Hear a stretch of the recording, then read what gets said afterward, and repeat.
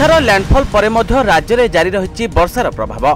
सकाळु सकाळु एकाधिक स्थान में निर्धूम काटिची अमानिया वर्षा। एमितिकी ट्विन सिटी रे भोर समय देखा मिली लगाण वर्षा। वर्षार प्रभाव में राज्य में आहुरी किछि दिन लागि पारे अदिनिया वर्षा। बात्या मुंथार लैंडफॉल पर मध्य राज्य में जारी रही वर्षार प्रभाव। सेथिपे एकाधिक जिले में आज सकाळु सकाळु वर्षा तार तांडव रूप देखाई, जहाँफल ट्विन सिटी रे मध्य आज सकाळु सकाळु प्रबल वर्षा होईछि। गतकाली रातिरे आंध्र प्रदेश नरसापुरम ठारे बात्या स्थलभाग छुईबा परे समुद्र उपकूल संपूर्ण भावे अशांत होइतिबा देखिबाकू मिलिथिला।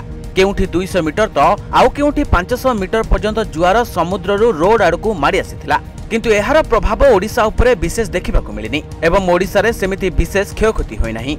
केवल दक्षिण ओडिशार किछि जगार प्रबल वर्षा होइतिबारु एठारे माटी अतड़ा खसिबा सहित अनेक जगार गछ मध्य उपुड़ी जिबार दृश्य सामना को आसीछि।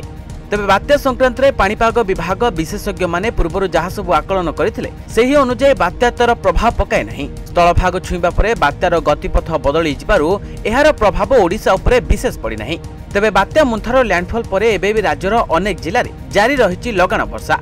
तेबे पाणीपाग विभागर सूचना अनुसार राज्य में आहुरी 4 ରୁ 5 दिन वर्षार प्रभाव रही पारे। खासकर उपकूलवर्ती एवं दक्षिण ओडिशार किछि स्थान में वर्षा हेबा सहित आभ्यंतरीण ओडिशार एकाधिक स्थान में वर्षार प्रभाव देखिबाकू मिली पारे। Bureau report news 95 Odia. देश विदेश कोण अनुकोण टेक्निक खबर देखंतु आम सह यूट्यूब फेसबुक और इंस्टाग्राम रे आमको देखंतु लाइक शेयर और सब्सक्राइब करने को आद्य भूलंतुनी।